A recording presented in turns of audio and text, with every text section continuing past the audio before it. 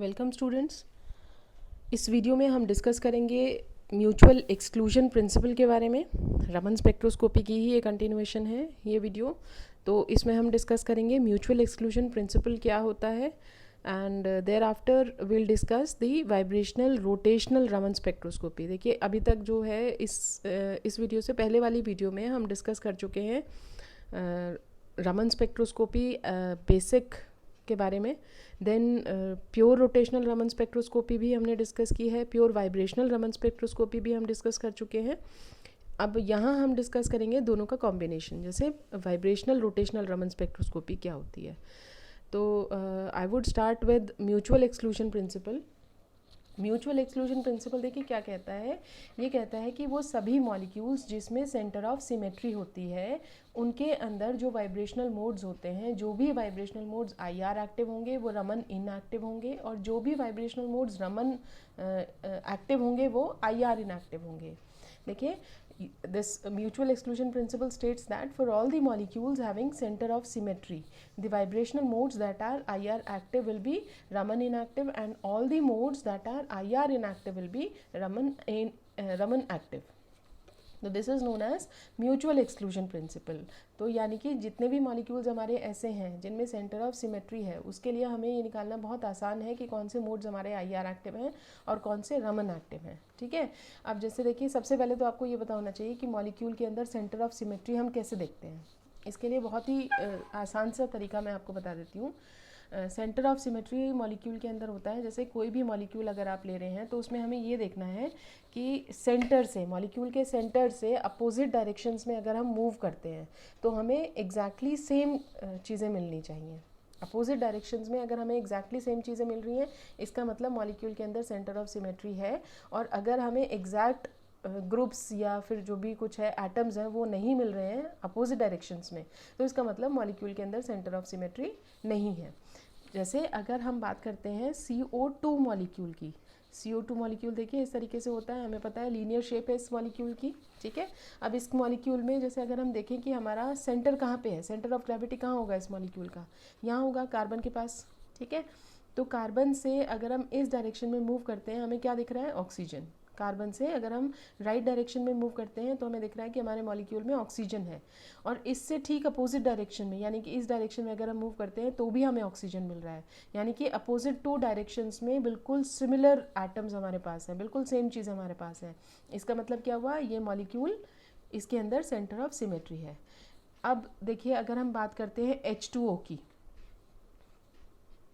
H2O molecule हमारा कैसा होता है, वी शेप मॉलिक्यूल होता है। ठीक है, अब अगर कोई पूछता है कि क्या इस मॉलिक्यूल में सेंटर ऑफ सिमेट्री है, तो हमें क्या देखना है कि अपोजिट चीज़ें सही बिल्कुल एक जैसी होनी चाहिए। अब देखिए ऑक्सीजन से अगर हम इस तरफ जाते हैं तो हमारे पास कौन सा एटम है, हाइड्रोजन एटम है। इस डायरेक्शन में हाइड्रोजन एटम है, इससे अपोजिट डायरेक्शन कौन सी होगी, ये डायरेक्शन होगी। ठीक है, सबसे पहले तो हमने यही देखा कि ऑक्सीजन इस मॉलिक्यूल का सेंटर है। सेंटर ऑफ ग्रेविटी अगर इस मॉलिक्यूल की लाई करेगी तो ये ऑक्सीजन के पास लाई करेगी। ठीक है, ये इसका सेंटर है। दोनों हाइड्रोजन एटम्स हैं बिल्कुल एक जैसे हैं। ठीक है, इक्वली स्पेस्ड होंगे। तो ऑक्सीजन क्या है, सेंटर है इस मॉलिक्यूल का। इस सेंटर से अब हम देखेंगे कि इसमें अगर हम इस तरफ मूव कर रहे हैं तो हाइड्रोजन एटम है, लेकिन अगर हम इससे अपोजिट डायरेक्शन में जा रहे हैं तो कुछ भी नहीं है।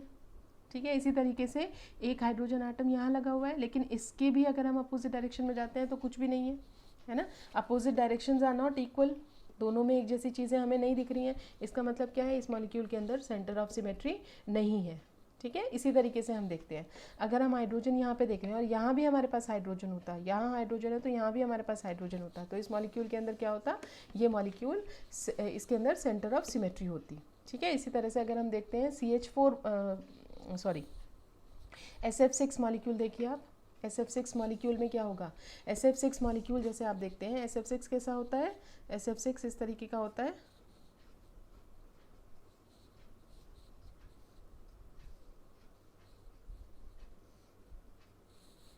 स्क्वायर बाई पिरामिडल है ये। ठीक है, इस तरीके का मॉलिक्यूल है हमारे पास। तो इस मॉलिक्यूल का सेंटर कहाँ पे है, सल्फर के पास है। This is the centre of the molecule. अब इसमें आप देखिए इस तरफ मूव कर रहे हैं, फ्लोरीन है, इसकी अपोजिट डायरेक्शन में मूव कर रहे हैं, again we are having fluorine. इस तरफ मूव करके देखिए, फ्लोरीन है, इससे अपोजिट डायरेक्शन में जा रहे हैं, फिर फ्लोरीन है। ऊपर देखिए जो एटम हमारे पास ऊपर की डायरेक्शन में है वही सेम एटम हमारे पास नीचे की डायरेक्शन में भी है, तो इसका मतलब क्या है, इस मॉलिक्यूल के पास again we are having centre of symmetry with this molecule. ठीक है, तो कोई भी ऐसे मॉलिक्यूल जिनमें कि अपोजिट डायरेक्शंस में जाने पे सेम एटम, सेम ग्रुप्स, यानी कि सेम चीज़ें आपको मिलती हैं, उन मॉलिक्यूल के पास सेंटर ऑफ सिमेट्री है। ये बहुत आसान तरीका है ये देखने के लिए कि हमारे मॉलिक्यूल में सेंटर ऑफ सिमेट्री प्रेजेंट है या नहीं है। ठीक है, आई होप आपको समझ में आ गया होगा कि किस तरीके से हम देख सकते हैं, राइट। अब हम ये जो स्टेटमेंट इसकी है इसको देखने की कोशिश करते हैं कि ये स्टेटमेंट जो है ये जस्टिफाई करती है चीज़ों को या नहीं। ठीक, अब हम शुरू करते हैं अपने CO2 मॉलिक्यूल्स की वाइब्रेशनल मोड्स के साथ में शुरू करते हैं। देखिए, जैसे कि CO2 मॉलिक्यूल हमारा है, हमने देखा ये कैसा मॉलिक्यूल है, लीनियर मॉलिक्यूल है। ठीक है, इससे पहले वाली वीडियो में हम डिस्कस कर चुके हैं कि इसमें कौन कौन से वाइब्रेशनल मोड्स पॉसिबल हैं, और हमने ये भी डिस्कस किया था कि कौन से एक्टिव हैं, रमन एक्टिव हैं, कौन से IR एक्टिव हैं। ठीक है, एक बार फिर से देख लेते हैं CO2 मॉलिक्यूल कैसा है हमारा। This is a linear molecule. ठीक है, इसमें हम कौन कौन सी वाइब्रेशनल मोड्स दिखाएंगे, इसमें हम स्ट्रेचिंग दिखाएंगे, स्ट्रेचिंग में दोनों तरीके की स्ट्रेचिंग दिखाएंगे, सिमेट्रिक भी दिखाएंगे और एसिमेट्रिक भी दिखाएंगे। ठीक है, और दूसरी जो है वो कौन सी दिखाएंगे, वाइब्रेशनल मोड बेंडिंग। पहला स्ट्रेचिंग दिखाएंगे, दूसरा बेंडिंग दिखाएंगे। स्ट्रेचिंग में सिमेट्रिक और एसिमेट्रिक दोनों देखेंगे। तो इनमें हम देखेंगे कि कौन से IR एक्टिव हैं और कौन से रमन एक्टिव हैं। तो देखिए, शुरू करते हैं। ये हमारा मॉलिक्यूल है, अभी हमने देख लिया, पीछे अभी डिस्कस किया है कि इस मॉलिक्यूल के अंदर क्या है, सेंटर ऑफ सिमेट्री प्रेजेंट है। ठीक है, अब देखो इसमें हम सबसे पहले डिस्कस कर रहे हैं सिमेट्रिक स्ट्रेचिंग। सिमेट्रिक स्ट्रेचिंग में हम देखेंगे ये हमारा मॉलिक्यूल हो गया। ठीक, इसका जो एक एक्सट्रीम एंड होगा सिमेट्रिक स्ट्रेचिंग में वो क्या होगा कि दोनों ऑक्सीजन एटम्स जो हैं, दोनों बॉन्ड्स की स्ट्रेचिंग हो रही है, दोनों कार्बन से अपोजिट डायरेक्शन में मूव कर रहे हैं। और इसका दूसरा कौन सा होगा, दूसरा जो इसका होगा एक्सट्रीम, वो होगा जबकि दोनों oxygen atoms are approaching towards the carbon atom, दोनों कंप्रेस हो रहे हैं, दोनों स्ट्रेच हो रहे हैं। ठीक है, सिमेट्रिक स्ट्रेचिंग यही होती है जबकि दोनों ऑक्सीजन एटम्स की बॉन्ड लेंथ बढ़ रही है with respect to the carbon, दोनों स्ट्रेच हो रहे हैं या फिर दोनों इसके पास आ रहे हैं। ठीक है, तो हमने तीनों मोड्स बना लिए हैं। अब देखिए, अब हम इसमें देखेंगे कि क्या इस मॉलिक्यूल में पोलराइजेबिलिटी चेंज हो रही है। रमन एक्टिविटी के लिए हम क्या देखते हैं कि मॉलिक्यूल के अंदर पोलराइजेबिलिटी में चेंज आना चाहिए। ठीक है, और IR के लिए हम क्या देखते हैं कि मॉलिक्यूल के अंदर डाइपोल मोमेंट में चेंज आना चाहिए। यही है एक्टिविटीज़ हमारी। अब शुरू करते हैं पोलराइजेबिलिटी से। यहाँ पे इस एग्जाम्पल को शुरू करने से पहले मैं आपको एक बहुत ही आसान सा तरीका और बता देती हूँ कि हम पोलराइजेबिलिटी में चेंज हो रहा है या नहीं हो रहा है, उसको कैसे देख सकते हैं। बहुत आसान सा तरीका, जैसे इससे पहले वाली वीडियो में हमने देखा था एलिप्सॉइड्स बना बना के हमने देखे थे, है ना। लेकिन कई बार ऐसा होता है कि हमारे पास एग्जाम में टाइम बहुत कम है, हम वो तरीका नहीं ले सकते। तो हमारे पास एक बहुत आसान सी ट्रिक है ये देखने के लिए। हम रेफ़र करते हैं अपनी बॉन्ड लेंथ को, बॉन्ड एंगल को और डायरेक्शन को। इन तीन चीज़ों को हम देखते हैं। ठीक है, बॉन्ड लेंथ, बॉन्ड एंगल या फिर डायरेक्शन। अगर इन तीनों में किसी में भी चेंज आ रहा है मॉलिक्यूल के अंदर, कोई भी मॉलिक्यूल है हमारा, हम उसमें ये देखना चाहते हैं कि इसमें पोलराइजेबिलिटी में चेंज आ रहा है या नहीं आ रहा है, तो हम इन तीनों को देखते हैं। इन तीनों में से अगर किसी में भी चेंज आ रहा है ना, किसी में भी चेंज आ रहा है, तो हम कहते हैं कि हमारे मॉलिक्यूल में पोलराइजेबिलिटी में चेंज आया। जैसे कि अगर हमारा जो भी हमारा इक्विलिब्रियम मॉलिक्यूल है उसकी रिस्पेक्ट में हम देखेंगे कि जो हम और स्ट्रक्चर्स उसके बना रहे हैं उनमें बॉन्ड लेंथ डिफरेंट है या नहीं है। जैसे कि हमने यहाँ पे कार्बन डाइऑक्साइड के लिए ये दोनों स्ट्रक्चर्स बनाए हैं, तो हम देखेंगे इन दोनों स्ट्रक्चर्स में बॉन्ड लेंथ डिफर कर रही है या नहीं कर रही है। अगर बॉन्ड लेंथ डिफर कर रही है तो हम कहेंगे कि मॉलिक्यूल में पोलराइजेबिलिटी में चेंज आया है। ठीक है, अगर बॉन्ड लेंथ में डिफरेंस नहीं आ रहा है तो हम देखते हैं कि बॉन्ड एंगल देखेंगे। बॉन्ड एंगल में देखेंगे अगर बॉन्ड लेंथ में चेंज नहीं आ रहा और बॉन्ड एंगल चेंज हो रहा है, जो हमने स्ट्रक्चर्स बनाए हैं अलग अलग उनमें बॉन्ड एंगल में चेंज है, तो भी हम कहेंगे हमारी पोलराइजेबिलिटी चेंज हो गई है।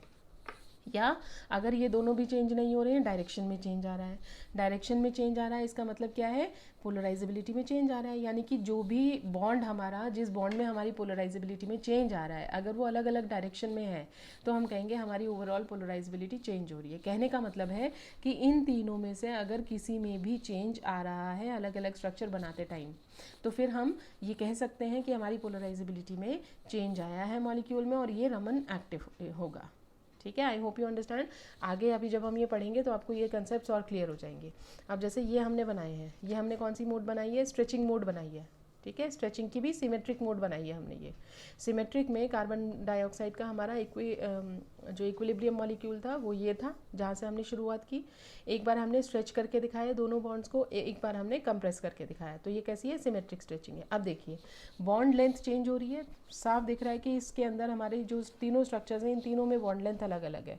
इसमें जो भी बॉन्ड लेंथ है वो इसमें नहीं है, दोनों कंप्रेस हो गए हैं, तो बॉन्ड लेंथ कम हो गई हमारे मॉलिक्यूल की। ओवरऑल बॉन्ड लेंथ अगर हम देखें तो इसकी रिस्पेक्ट में मॉलिक्यूल की बॉन्ड लेंथ कम है, और अगर इस मॉलिक्यूल के देखें तो इसकी सबसे ज़्यादा है ना।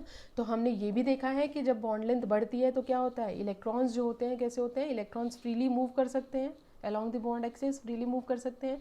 और जब भी इलेक्ट्रॉन्स फ्रीली मूव कर सकते हैं तो पोलराइजेबिलिटी होना बहुत आसान है। अगर इलेक्ट्रॉन्स जो हैं दो एटम्स के बीच में फिक्स हो जाते हैं, they don't have space to move, तो क्या होता है, पोलराइजेबिलिटी नहीं हो सकती। यानी कि इलेक्ट्रॉन्स जब किसी एक एटम की तरफ मूव करेंगे तभी तो मॉलिक्यूल में पोलराइजेबिलिटी होगी, तभी तो कोई एक एटम पार्शियल नेगेटिव और एक atom partial positive charges development तभी तो हो पाएगा, ठीक है ना। अगर इलेक्ट्रॉन्स को मूव करने के लिए जगह ही नहीं है बॉन्ड के अंदर तो फिर किस तरीके से होगा, नहीं हो सकता, ठीक है। तो यहाँ पे हम देख रहे हैं कि हमारे जो तीनों स्ट्रक्चर्स हैं उसमें क्या चेंज हो रहा है, बॉन्ड लेंथ चेंज हो रही है। बॉन्ड लेंथ चेंज हो रही है इसका मतलब क्या हो गया, मॉलिक्यूल हमारा रमन एक्टिव है, पोलराइजेबिलिटी में चेंज हो रहा है, ठीक है। तो दिस इज रमन एक्टिव। अब हम देखते हैं कि ये IR एक्टिव है या नहीं है। IR एक्टिविटी के लिए हमें क्या देखना है, IR एक्टिविटी के लिए हमें देखना है कि मॉलिक्यूल के अंदर डायपोल मोमेंट जो है होना चाहिए, चेंज होना चाहिए, है ना। अब देखो ये जो मॉलिक्यूल है ये कैसा है, इसका डायपोल मोमेंट कैसा है, 0 है, ठीक है। इसका डायपोल मोमेंट 0 है। क्यों है डायपोल मोमेंट 0? क्योंकि जो भी डायपोल इस बॉन्ड का होगा और जो भी डायपोल इस बॉन्ड का होगा वो तो बिल्कुल बराबर होंगे, मैग्नीट्यूड दोनों का बराबर होगा, और दोनों की डायरेक्शन कैसी होगी, अपोजिट होगी। इसका डायपोल इस डायरेक्शन में है, इसका डायपोल इस डायरेक्शन में है, दोनों ने कैंसिल आउट कर दिया एक दूसरे को, है ना। दोनों ने कैंसिल आउट कर दिया तो क्या हो गया, इसका डायपोल मोमेंट 0 हो गया। अगर हम इस मॉलिक्यूल की बात करें फिर वही है कि दोनों का डायपोल बिल्कुल बराबर है, दोनों की बॉन्ड लेंथ बराबर है, स्ट्रेच हुए हैं लेकिन दोनों स्ट्रेच हुए हैं, तो दोनों की डायपोल बराबर है और दोनों अपोजिट डायरेक्शंस में है, तो इसका भी डायपोल मोमेंट कैसा है, 0 है। सेम कंडीशन इसी में है, तीनों में डायपोल मोमेंट 0 है, कहीं भी डायपोल मोमेंट इंड्यूस नहीं हुआ, कहीं भी डायपोल मोमेंट चेंज नहीं आया। तो ये कैसा है, this is IR inactive, IR inactive, ठीक है। ये हम किसकी बात कर रहे थे, सिमेट्रिक स्ट्रेचिंग की बात कर रहे थे। सिमेट्रिक स्ट्रेचिंग यहाँ पे हमने देखी। अब हम बात करते हैं एसिमेट्रिक स्ट्रेचिंग की। एसिमेट्रिक स्ट्रेचिंग अगर हम देखेंगे तो उसमें क्या होगा, उसमें फिर से हम अपना जो मॉलिक्यूल है उसको बना लिया। एसिमेट्रिक स्ट्रेचिंग में क्या होता है, एसिमेट्रिक स्ट्रेचिंग में होता है अगर एक बॉन्ड हमारा स्ट्रेच हो रहा है, ये कार्बन और ऑक्सीजन का बॉन्ड स्ट्रेच हो रहा है, तो दूसरा क्या होगा, कंप्रेस होगा। तो इसको हम किस तरह से बना सकते हैं, this is how we'll draw, ये स्ट्रेच हो रहा है और ये क्या हो रहा है, कंप्रेस हो रहा है, ठीक है। एक और जो स्ट्रक्चर हम बना सकते हैं वो कैसे बना सकते हैं, ये कंप्रेस हो रहा है और ये हमारा स्ट्रेच हो रहा है, ठीक है। ये तीन स्ट्रक्चर्स हमने बना लिया अपनी एसिमेट्रिक स्ट्रेचिंग के लिए। अब आप देखिए इसमें हम बात कर रहे हैं, इसमें बॉन्ड लेंथ की, बॉन्ड एंगल की और डायरेक्शन की बात करेंगे फिर से। बॉन्ड लेंथ की अगर हम बात करें तो जो बॉन्ड लेंथ, जो ओवरऑल बॉन्ड लेंथ हमारे इस मॉलिक्यूल की होगी, आपको नहीं लगता कि वही बॉन्ड लेंथ हमारे इस मॉलिक्यूल की और इस मॉलिक्यूल की भी होगी। क्यों है ऐसा, क्योंकि अगर ये बॉन्ड हमारा स्ट्रेच हो रहा है, ये बॉन्ड हमारा इधर स्ट्रेच हो रहा है, तो दूसरा बॉन्ड क्या हो रहा है, कंप्रेस हो रहा है। जितनी बॉन्ड लेंथ इसकी बढ़ी उतनी बॉन्ड लेंथ इसकी घट गई, तो इसकी और इसकी तो बराबर हो गई एक तरीके से। और यहाँ पे भी क्या हो रहा है, सेम हो रहा है, इसकी बॉन्ड लेंथ बढ़ी तो इसकी घट गई, यानी कि ओवरऑल जो बॉन्ड लेंथ है हमारी कहीं भी चेंज नहीं हुई, ठीक है। बॉन्ड लेंथ हमारी कहीं भी चेंज नहीं हुई, इसका मतलब बॉन्ड लेंथ के हिसाब से तो पोलराइजेबिलिटी में चेंज नहीं आया। अब बॉन्ड एंगल को देखिए, बॉन्ड एंगल कैसा है, इसमें 180 डिग्री है, इसमें भी 180 डिग्री है, इसमें भी 180 डिग्री है। बॉन्ड एंगल में भी कोई चेंज नहीं आया, तीनों में एक जैसे बॉन्ड एंगल्स हैं, तो कैसा हो गया, इसमें भी पोलराइजेबिलिटी में इसका मतलब कोई चेंज नहीं है। डायरेक्शन की अगर हम बात करते हैं तो डायरेक्शन के लिए जैसे कि हम डायपोल मोमेंट को देखते हैं कि अगर अपोजिट है तो फिर कैंसिल आउट हो जाता है, ऐसे ही हम इसमें देखेंगे। अगर हमारी पोलराइजेबिलिटी इधर है, इस वाले मॉलिक्यूल में अगर हम कहते हैं कि पोलराइजेबिलिटी इस डायरेक्शन में है ना, इसकी तो ऑलमोस्ट 0 हो जाएगी इस वाले बॉन्ड की, क्योंकि ये तो बिल्कुल पास पास आ गए हैं। तो अगर हमारी पोलराइजेबिलिटी इस मॉलिक्यूल में इस डायरेक्शन में है, तो इस मॉलिक्यूल में कहाँ पे है, उस डायरेक्शन में, अपोजिट डायरेक्शन में, ठीक है। और इस मॉलिक्यूल में तो पोलराइजेबिलिटी है ही नहीं, राइट, इसमें तो है ही नहीं, तो ये क्या हुआ, कोई पोलराइजेबिलिटी में चेंज नहीं आया, सेम है बिल्कुल। तो यानी कि ना तो डायरेक्शन में चेंज आ रहा है, ना तो बॉन्ड एंगल में चेंज आ रहा है, ना तो बॉन्ड लेंथ में चेंज आ रहा है। ये कैसा हो गया, ये IR रमन इनएक्टिव हो गया, दिस इज रमन इनएक्टिव। ये जो हमारा मोड है ये कैसा हो गया, रमन इनएक्टिव हो गया। ठीक है, अब हम देखते हैं कि IR एक्टिव है कि नहीं है। ये वाला मॉलिक्यूल कैसा है, अभी हमने एक्सप्लेन किया था ऊपर, इस मॉलिक्यूल का डायपोल मोमेंट कैसा है, 0 डायपोल मोमेंट है ना। अब हम इसको देखते हैं, इसमें डायपोल मोमेंट कैसा है, इसका डायपोल मोमेंट कैसा होगा, इसमें डायपोल मोमेंट इंड्यूस हो जाएगा, क्योंकि यहाँ पे इस बॉन्ड में डायपोल मोमेंट, इसमें पोलैरिटी आई तो ये डायपोल मोमेंट इसमें इंड्यूस हो गया। ठीक है, इसमें नहीं है तो इसमें इंड्यूस हो गया। ठीक, यानी कि यहाँ इसमें डायपोल मोमेंट है। दूसरा स्ट्रक्चर देखते हैं, इसमें भी डायपोल मोमेंट होगा, ये रहा, इसमें डायपोल मोमेंट इधर आया है। ठीक है, तो यानी कि इसमें नहीं है, इसमें भी है, इसमें भी है, डायपोल मोमेंट हमारा हो गया है ना, इंड्यूस हो गया। तो ये कैसा है, IR एक्टिव है, IR एक्टिव हो गया, क्योंकि हमारी IR एक्टिविटी की कंडीशन फुलफिल हो गई। मॉलिक्यूल के अंदर डायपोल मोमेंट होना चाहिए, इंड्यूस होना चाहिए। अगर इसका 0 था तो इसमें है, इसमें है। ठीक है, तो ये हमारा IR एक्टिव हो गया। देखिए, कभी भी हम ऐसे नहीं देखेंगे जैसे हमने पोलराइजेबिलिटी के लिए किया था कि यहाँ इस डायरेक्शन में, इस मॉलिक्यूल में इस डायरेक्शन में है तो ओवरऑल जो है हमारा 0 हो गया। डायपोल मोमेंट के लिए हम ऐसा नहीं देखते, अलग अलग मॉलिक्यूल्स में कंसिडर नहीं करेंगे। हमें सिर्फ ये देखना है कि मॉलिक्यूल के अंदर डायपोल मोमेंट है कि नहीं है, चेंज आया डायपोल मोमेंट में या टोटल डायपोल मोमेंट में, मॉलिक्यूल की डायपोल मोमेंट में चेंज आया या नहीं आया। ठीक है, तो ये IR एक्टिव है। राइट, अब हम बात करते हैं अपनी तीसरी, बेंडिंग की। बेंडिंग वाइब्रेशन में क्या होगा, बेंडिंग वाइब्रेशन के लिए भी हमारे जो 3 स्ट्रक्चर्स बनेंगे वो कैसे बनेंगे, एक तो वही बना लिया हमने, अपना इक्विलिब्रियम स्ट्रक्चर बनाया। एक मोड इसका कैसा हो सकता है, एक बेंडिंग कैसी हो सकती है, बेंडिंग में कार्बन हमारा नीचे चला गया और दोनों ऑक्सीजन एटम्स हमारे ऊपर चले गए। ठीक है, दोनों ऑक्सीजन एटम्स ऊपर चले गए। दूसरा देखते हैं, दूसरा स्ट्रक्चर कैसा होगा कि कार्बन ऊपर चला गया और दोनों ऑक्सीजन एटम्स हमारे नीचे आ गए। ये 3 बेंडिंग मोड्स पॉसिबल है। ठीक है, अब आप देखिए, अगर आप बॉन्ड लेंथ की बात करते हैं तो बॉन्ड लेंथ में क्या हो रहा है, बॉन्ड लेंथ में कोई चेंज नहीं है। तीनों स्ट्रक्चर्स में देखिए बॉन्ड लेंथ में कोई चेंज नहीं है, जो बॉन्ड लेंथ इनकी है वही bond length, overall bond length तीनों की सेम है। ठीक है, तो बॉन्ड लेंथ में चेंज नहीं आया, इसका मतलब क्या हुआ, ये हमारा इसके हिसाब से तो ये हमारा रमन एक्टिव नहीं है। बॉन्ड एंगल में देखते हैं, बॉन्ड एंगल में कोई चेंज आया या नहीं आया, बॉन्ड एंगल में चेंज आया है। यहाँ पे देखिए ये कैसा है ना, ये कैसा है, तो बॉन्ड एंगल जो हमारा यहाँ पे है वही बॉन्ड एंगल हमारा यहाँ पे भी है। अगर हम अपने एक्सट्रीम पोजीशंस की बात करते हैं तो जो बॉन्ड एंगल हमारा यहाँ पे है वही बॉन्ड एंगल यहाँ पे है, कोई चेंज नहीं आया, कोई भी पोलराइजेबिलिटी में चेंज नहीं आ रहा है हमारा स्ट्रक्चर्स के बीच में। तो कैसा हो जाएगा, बॉन्ड एंगल के हिसाब से भी ये नहीं आया, पोलराइजेबिलिटी में कोई चेंज नहीं आया, है ना। हम किसको देखते हैं, हम एक्सट्रीम केसेस को देखते हैं। जब भी हम बात करते हैं वाइब्रेशंस की, स्ट्रेचिंग हो चाहे बेंडिंग हो, तो with respect to the central structure हम देखते हैं कि एक्सट्रीम जो स्ट्रक्चर्स हैं वो हमारे अलग अलग होने चाहिए। तो यहाँ पे क्या हो रहा है, दोनों के बॉन्ड एंगल्स बराबर हैं, इसका मतलब पोलराइजेबिलिटी में चेंज नहीं है। ठीक है, अब हम बात करते हैं डायरेक्शन की। तो डायरेक्शन के केस में आप देखेंगे, अगर पोलराइजेबिलिटी हम कहते हैं कि चलिए इसमें इधर है और इसमें इधर है, यानी कि ओवरऑल अगर हम देखें तो नीचे की तरफ है, इसमें क्या हो जाएगा, इसमें पोलराइजेबिलिटी इतनी है, इधर इधर है, यानी कि नेट पोलराइजेबिलिटी अगर हम माने तो ये बीच में है ना। अब क्या हो गया, अपोजिट डायरेक्शंस में है, दोनों स्ट्रक्चर्स में बिल्कुल अपोजिट डायरेक्शंस में हमारी पोलराइजेबिलिटी है। तो नेट रिजल्ट क्या हुआ, 0, कोई चेंज नहीं आएगा पोलराइजेबिलिटी में। ठीक है, तो ये कैसा हो जाएगा, बेंडिंग मोड कैसा होगा इसका, Raman inactive, this will B Raman inactive. अब हम बात करते हैं IR की। यहाँ पे तो 0 है डायपोल मोमेंट, ठीक है, लेकिन इस मॉलिक्यूल में क्या होगा, डायपोल मोमेंट है ना। इसमें भी इस बॉन्ड में अगर हम नेट देखते हैं तो डायपोल मोमेंट नीचे की डायरेक्शन में है, इंड्यूस हुआ इसमें डायपोल मोमेंट। इसी तरीके से इस मॉलिक्यूल में कैसा होगा, नेट डायपोल मोमेंट जो होगा हमारा, इन दोनों को वेक्टर क्वांटिटी है, दोनों को ऐड कर लेंगे तो फिर कहाँ होगा, इस वाली डायरेक्शन में हमारा नेट डायपोल मोमेंट होगा, यानी कि डायपोल मोमेंट में चेंज आ रहा है with respect to the central molecule, हमारा डायपोल मोमेंट चेंज हो रहा है। ठीक है, तो ये कैसा होगा, this will be IR active. ठीक है, अब आप देखिए म्यूचुअल एक्सक्लूजन प्रिंसिपल यहाँ पे फिट हो रहा है कि नहीं हो रहा है, हो रहा है। यहाँ पे ये वाला जो है सिमेट्रिक स्ट्रेचिंग, ये रमन एक्टिव है तो IR इनएक्टिव है। ए सिमेट्रिक में क्या हो रहा है, रमन इनएक्टिव है तो ये IR एक्टिव है। बेंडिंग में भी क्या हो रहा है, रमन इनएक्टिव है, ये IR एक्टिव है। तो जो भी मोड्स हमारे कार्बन डाइऑक्साइड मॉलिक्यूल के रमन एक्टिव है वो IR इनएक्टिव है, जो रमन इनएक्टिव है वो IR एक्टिव है। तो यहाँ पे हमारा म्यूचुअल एक्सक्लूजन प्रिंसिपल बिल्कुल सही बैठ रहा है। ठीक है। तो इस तरीके से हम देख सकते हैं कि हमारा जो मॉलिक्यूल है उसमें सेंटर ऑफ सिमेट्री अगर हमें देखनी आती है तो हम ये रूल लगा के आसानी से बता सकते हैं कि कौन से मोड्स हमारे IR एक्टिव होंगे और कौन से मोड्स हमारे रमन एक्टिव होंगे। ठीक है, I hope the things are clear. अब आप देखिए, अब हम डिस्कस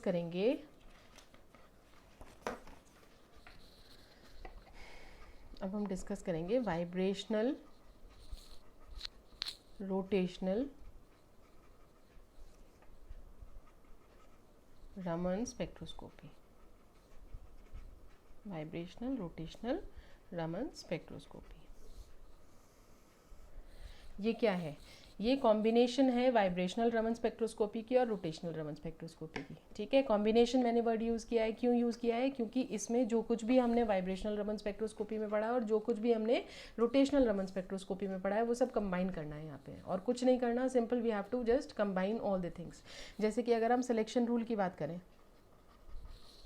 सिलेक्शन रूल की अगर हम बात करें तो आपको याद है वाइब्रेशनल रमन स्पेक्ट्रोस्कोपी में हमारा सिलेक्शन रूल क्या होता था?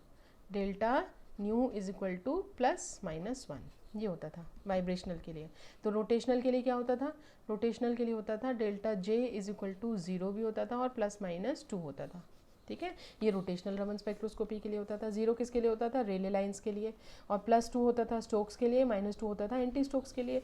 तो ये हमने दोनों बस कंबाइन कर दिए। ये हमारा सिलेक्शन रूल है वाइब्रेशनल रोटेशनल के लिए। ठीक है, इसी तरीके से अगर हम एनर्जी की बात करें, एनर्जी जो होगी वो हम कैसे दिखा सकते हैं? म्यू डैश से ले लेते हैं इसको। Mu dash will be equal to V + ½ omega bar of oscillation minus V + ½ whole square omega bar of oscillation ज़ाई।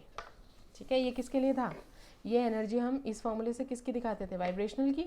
Vibrational Raman spectroscopy में यही वाला यूज़ किया था हमने फार्मूला। एन हार्मोनिक ऑसिलेटर को कंसिडर किया था हमने। ठीक है, और रोटेशनल के लिए हमारे क्या था? उसको प्लस में करके लिखेंगे, +BJ ऑफ J+1, ये था। ठीक है, तो रोटेशनल के लिए ये था, वाइब्रेशनल के लिए ये था, दोनों को हमने कंबाइन कर दिया। ये हमारी एनर्जी आ गई वाइब्रेशनल रोटेशनल रमन स्पेक्ट्रोस्कोपी के लिए। ठीक है, अब हम देखते हैं कि इसमें जो हमारा स्पेक्ट्रा आता है वो कैसा आता है। स्पेक्ट्रा जो हम बनाएंगे, क्योंकि इसमें वाइब्रेशन भी दिखा रहे हैं, हम रोटेशन भी दिखा रहे हैं, तो दोनों को कंसिडर करेंगे। अगर हम इस तरीके से दिखाते हैं कि ये हमारा, यहाँ पे मैंने कुछ लाइंस बनाई और मैं कहती हूँ कि ये मेरा पहला वाइब्रेशनल लेवल है, मतलब ग्राउंड वाइब्रेशनल लेवल जिसको हम बोलते हैं, और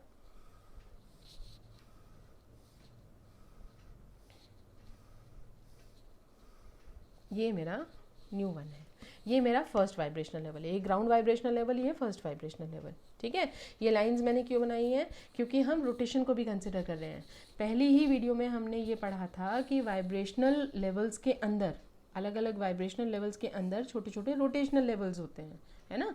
तो ये एक वाइब्रेशनल लेवल के अंदर ये क्या है? ये रोटेशनल लेवल्स हैं। ये इस वाइब्रेशनल के अंदर ये रोटेशनल लेवल्स हैं। और रोटेशनल को हम किससे दिखाते हैं? रोटेशनल लेवल्स को J इज इक्वल टू, यहाँ पे 0 है, यहाँ पे क्या है? J की वैल्यू 1 है, ये 2, 3, 4।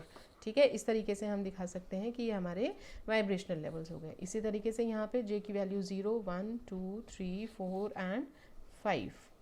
ठीक है, ये हमने इस तरीके से लेवल्स दिखाए हैं। ये vibrational level, ground vibrational level, ये फर्स्ट वाइब्रेशनल लेवल, ये रोटेशनल लेवल है। इसके अंदर के यहाँ पे J की अलग अलग वैल्यूज़ है, इसी तरीके से यहाँ पे J की अलग अलग वैल्यूज़ हैं। अब देखिए हम किस तरीके से ट्रांजिशन दिखाएंगे। हमारा सिलेक्शन रूल क्या है? डेल्टा न्यू इक्वल टू +-1, यानी कि एक बार में जो हमारा मॉलिक्यूल है 0 से कहाँ जाएगा? 1 पे जाएगा। ठीक है, एक लेवल से दूसरे लेवल पे जाएगा, यही था हमारा। ठीक है, इससे आगे की तो हमने कंसिडर ही नहीं की थी। 0 से +-2, 0 से +-3, 0 से +-4, वो भी हमने पढ़ा था। लेकिन हमने देखा था कि हमारा सिलेक्शन रूल इतना ही हो जाता है, क्योंकि हम सिर्फ और सिर्फ फंडामेंटल वाइब्रेशंस को कंसिडर करते हैं। तो हमारा यहाँ से सिर्फ यहीं में जाएगा मॉलिक्यूल, इससे ऊपर का नहीं जाएगा। साथ ही J में भी ट्रांजिशंस आएंगी। J में किस तरीके की ट्रांजिशंस हो सकती हैं? +2 हो सकता है, -2 हो सकता है, 0 भी हो सकता है। ठीक है, तो अब हम देखेंगे किस तरीके से। अगर हम कहते हैं जो हमारी वाइब्रेशनल ट्रांजिशन हो रही है वो फर्स्ट लेवल पे हो रही है, +1 है, तो जे की वैल्यू क्या हो जाएगी, +2 भी हो सकती है और 0 भी हो सकती है। +2 कैसे दिखाएंगे हम, +2 हम दिखाएंगे जैसे अगर हमने शुरू किया जे 0 से, जे की वैल्यू 0 से हमने शुरू किया अपना ट्रांजिशन, जे की वैल्यू 0 है और +2 में जाना है तो कहाँ जाएगा, यहाँ से यहाँ जाएगा और जे की सेकेंड उसमें जाएगा लेवल में। तो किस तरह से बनाएंगे, 0 से सेकेंड लेवल में जाएगा। जे की वैल्यू 0 है, जे की वैल्यू 2 है, साथ ही जे की वैल्यू 2 थी, साथ ही क्या हो रहा है, वाइब्रेशनल ट्रांजिशन भी हो रही है। तो वाइब्रेशनल ट्रांजिशन भी हमने दिखा दी, मॉलिक्यूल हमारा न्यू 0 से न्यू 1 में जा रहा है। ठीक है, अगर हम दिखाते हैं कि जे की वैल्यू 1 थी, हमारा मॉलिक्यूल यहाँ था 1 पे, जे इज इक्वल टू 1 पे था, तो ये कहाँ जाएगा, ये जाएगा जे इज इक्वल टू 3 पे। अगर ये ऑलरेडी 3 पे था तो कहाँ जाएगा, ये जाएगा 4 पे। अगर ये ऑलरेडी 4 पे था तो ये कहाँ जाएगा, ये जाएगा, सॉरी, अगर ये 3 पे था तो जाएगा ये 5 पे, है ना। इसी तरीके से हम +2 को ट्रांजिशंस दिखा सकते हैं। यहाँ पे हमने दिखाया एक वाइब्रेशनल लेवल चेंज हो रहा है, 0 से 1 में जा रहा है, ठीक है। और ट्रांजिशंस जो रोटेशनल ट्रांजिशंस है वो कैसी हो रही है, +2, हर ट्रांजिशन में हमने +2 दिखाया है, ठीक है। अब देखिए अगर मॉलिक्यूल हमारा वापस आता है तो क्या होगा, कहाँ जाएगा, -1 लेवल में जाएगा और यहाँ पे कैसा चेंज होगा, -2 होगा, है ना, -2 होगा। तो किस तरीके से आएगा, अगर 5th में है हमारा मॉलिक्यूल, 5th से वापस आ रहा है तो 5th से आके कहाँ पे रुकेगा, कहाँ पे रुकेगा, 5th से आके, 5th से आके वो रुकेगा 3rd पे, 5 - 2 3, ठीक है। 4 में से जाएगा तो कहाँ जाएगा, 2 पे आके रुकेगा। 3rd से कहाँ जाएगा, 1st पे जाएगा। और 2nd से अगर आ रहा है तो कहाँ जाएगा, 2nd से आएगा तो 0 पे जाएगा। ये हमने -2 के लिए दिखा दी, ठीक है ना, ये -2 के लिए हो गई, ये +2 के लिए हो गई। और अगर जे की वैल्यू 0 हो तो क्या होगा, जे की वैल्यू अगर 0 है तो उसके लिए भी तो ट्रांजिशन जो हमारी है वाइब्रेशनल ट्रांजिशन तो +-1 ही है ना, +-1 ही है। तो कैसे दिखाएंगे जे की वैल्यू 0, जे की वैल्यू 0 हम दिखा सकते हैं इस तरीके से कि अगर जे 0 पे था तो ऊपर भी कहाँ जाएगा, जे 0 पे ही जाएगा। अगर जे की वैल्यू 1 थी यहाँ पे तो ऊपर भी कैसी होगी, जे की वैल्यू 1 ही होगी। जे की वैल्यू 2 थी तो ऊपर भी 2 होगी, 3 थी तो 3 होगी, 4 थी तो 4 होगी और 5 थी तो 5 होगी, 5 थी तो 5 होगी। इसी तरीके से हम इसका डिसेंडिंग दिखा सकते हैं, ठीक है ना, जैसे हमने असेंड किया इसी तरीके से हम डिसेंड करेंगे, ठीक है। तो ये हमारी 3 तरीके की हो गई। यहाँ पे delta nu is equal to +1 and delta J is equal to +2, यहाँ पे delta nu is equal to -1 and delta J is equal to -2, और यहाँ पे क्या हो रहा है, delta nu is equal to +1, delta J is equal to 0, right. इसी तरीके से हम इनको वापस भी ला के दिखा सकते हैं, जहाँ पे क्या हो जाएगा, डेल्टा न्यू की वैल्यू हो जाएगी -1 और जे की वैल्यू 0, ठीक है। तो इस तरीके से हमारा स्पेक्ट्रा आता है। इसमें आप ये देखिए, ये जो है बीच का ये क्या हो जाएगा, ये रेले है, this is for Rayleigh lines, this are Rayleigh lines. ये कौन सी हो जाएंगी, ये एंटी स्टोक्स है और ये कौन सी है, ये स्टोक्स है, ठीक है ना, स्टोक्स, रेले, एंटी स्टोक्स। एक चीज़ और यहाँ पे देखिए, ये जो ब्रांचेज हैं ये हमारी अलग अलग ब्रांचेज हैं, है ना, ये अलग अलग ब्रांचेज हैं। इनको हम कैसे शो करते हैं, ये जो बीच वाली है इसको कहा जाता है Q branch, this is known as Q branch. जो इधर है इसको कहा जाता है पी ब्रांच, ठीक है। और जो ये सबसे इधर बनी हुई है, जो ये सबसे इधर है इसको क्या कहा जाता है, सॉरी, इसको कहा जाता है O branch, this is known as O branch, है ना। और इसको कहा जाता है एस ब्रांच, ठीक है। तो हमारे पास 3 ब्रांचेस हैं, O Q S, right. This is how we show the spectra, ठीक है। बस वाइब्रेशनल रोटेशनल रमन में हमें इतना ही करना है, इससे ज़्यादा की हमें ज़रूरत भी नहीं पड़ेगी। I hope this is clear, ठीक है। इसके साथ ही हम थोड़ा सा डिस्कशन कर लेते हैं कि IR और रमन अगर हम कंपेयर करें तो जो कंपैरिजन है वो हम किस तरीके से लिख सकते हैं, क्या क्या डिफरेंसेस हैं हमारे इसमें रमन में और IR में। तो जल्दी से डिस्कस कर लेते हैं अपने। एक तरफ हम लिख लेते हैं रमन स्पेक्ट्रोस्कोपी को और एक तरफ हम लिख लेते हैं IR स्पेक्ट्रोस्कोपी को। ये क्वेश्चन भी कई बार पूछा गया है कि IR और रमन में डिफरेंसेस क्या होते हैं। तो सबसे पहला डिफरेंस तो यही है, जब हमने रमन को शुरू किया था तभी हमने ये डिस्कस किया था कि रमन के अलावा जितनी भी स्पेक्ट्रोस्कोपिक टेक्निक्स हमने देखी हैं, चाहे वो वाइब्रेशनल हो, चाहे वो रोटेशनल हो, कोई भी हो, तो वो कैसी होती हैं, वो एब्जॉर्प्शन पे बेस्ड होती हैं। This is the result of absorption of light by vibrating molecules, it is the result of absorption of light by vibrating molecules. ठीक है, और रमन का क्या होता है, रमन किसका इफेक्ट है, रमन है स्कैटरिंग ऑफ लाइट। रमन किसकी वजह से देखने को मिलता है, हमें स्कैटरिंग ऑफ लाइट की वजह से देखने को मिलता है। तो ये क्या होगा, it is the result of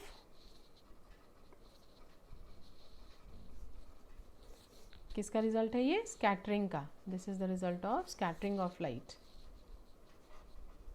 by the vibrating molecules. ठीक है, पहला डिफरेंस तो हमारा ये हो गया जो कि बेसिक डिफरेंस है हमारा।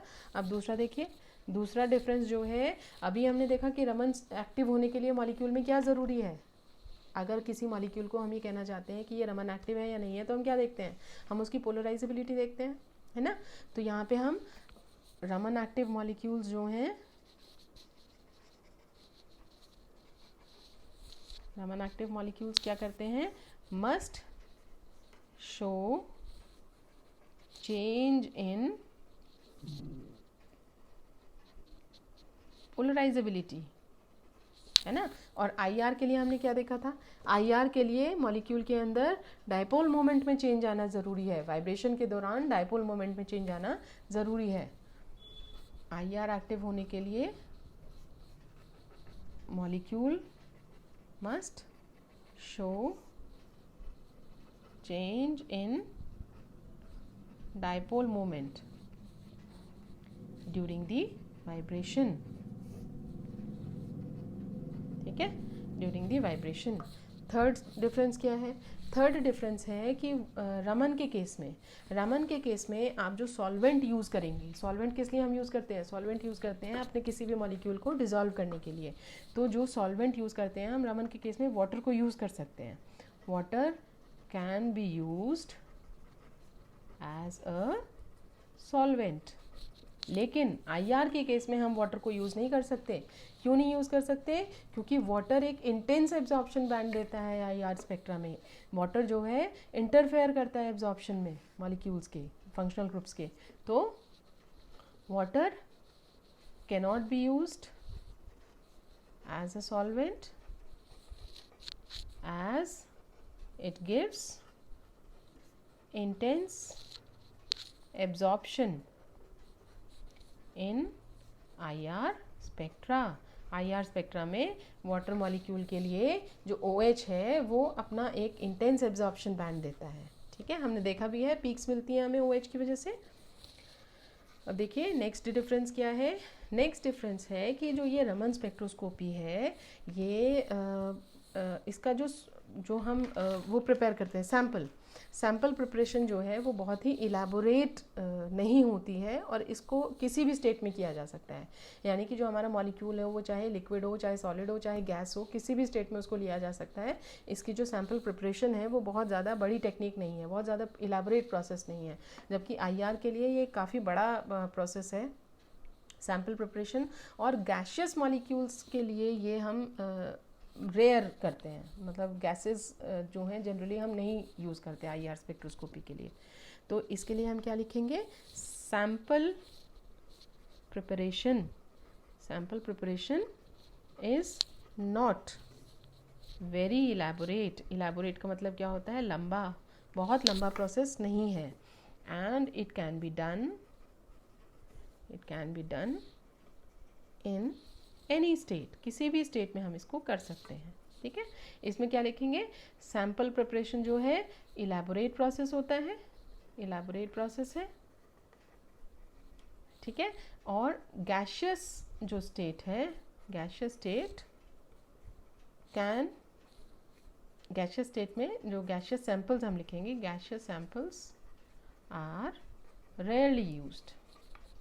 ठीक है, नेक्स्ट डिफरेंस देखिए, फिफ्थ डिफरेंस, रमन जो स्पेक्ट्रा है, कोई भी मॉलिक्यूल जिसे हम ये कहते हैं कि रमन एक्टिव है, वो किस चीज़ का इंडिकेशन देता है, वो इंडिकेशन देता है कि हमारा मॉलिक्यूल में कोवेलेंट कैरेक्टर है। क्योंकि पोलराइजेबिलिटी हमें कब देखने को मिल रही है, अपने आप उसमें इंड्यूस नहीं हो रही है, हमें तब देखने को मिल रही है जबकि वो हम इलेक्ट्रिक फील्ड में रख रहे हैं। है ना। अगर हम उसको इलेक्ट्रिक फील्ड में नहीं रख रहे हैं तो मॉलिक्यूल के अंदर पोलराइजेबिलिटी नहीं है, रखने पे चेंज हो रही है। जबकि आईआर स्पेक्ट्रोस्कोपी हमें कब नज़र आती है? आईआर स्पेक्ट्रा हमें उन मॉलिक्यूल्स में देखने को मिलता है जिनमें कि डायपोल मोमेंट होता है, डायपोल मोमेंट में चेंज आता है वाइब्रेशंस के दौरान। इसका मतलब डायपोल मोमेंट इंड्यूस किस में होता है, कौन से मॉलिक्यूल्स होते हैं? जिनमें कि आयनिक कैरेक्टर होता है ना। तभी तो इलेक्ट्रॉन्स जो है हमारे इलेक्ट्रोनेगेटिविटी का डिफरेंस होता है। I hope you understand. तो रमन स्पेक्ट्रोस्कोपी जो है गिव्स एन इंडिकेशन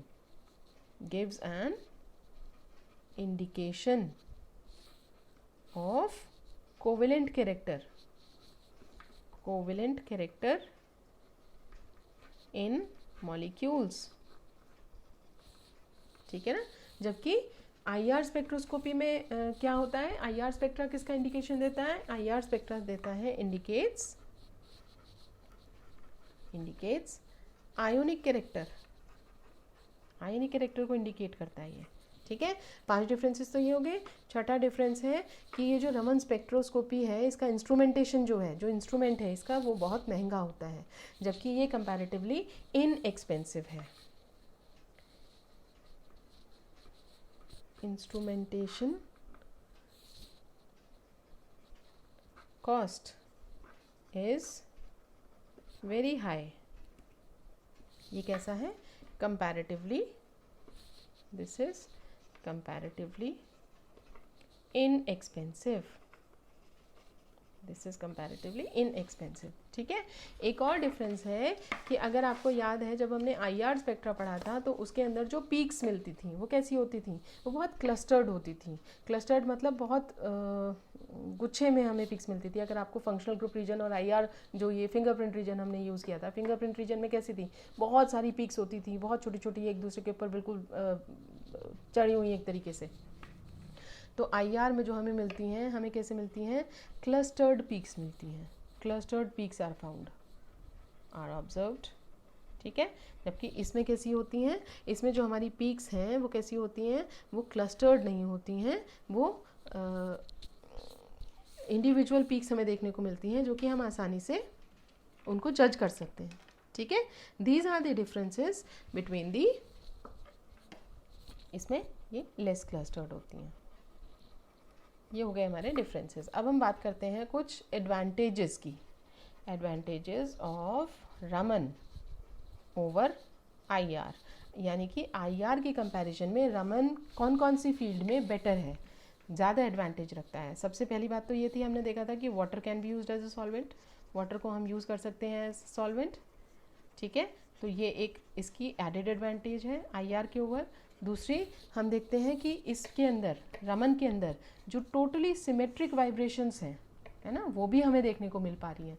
जबकि आईआर में हम देखते हैं कि सिमेट्रिक वाइब्रेशंस जो हैं वो जनरली देखने को नहीं मिलती।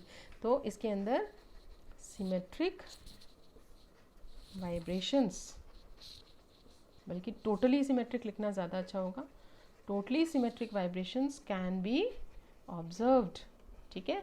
ये किसकी एडेड एडवांटेज है। तीसरा है, इसमें हम ग्लास या क्वार्ट्ज, जो एक मटेरियल होता है, ग्लास या क्वार्ट्ज की सेल को भी यूज़ कर सकते हैं। Cell can be used. IR में हम ये यूज़ नहीं कर पाते हैं, ग्लास या क्वार्ट्ज की सेल्स को हम यूज़ नहीं कर पाते हैं, ठीक है।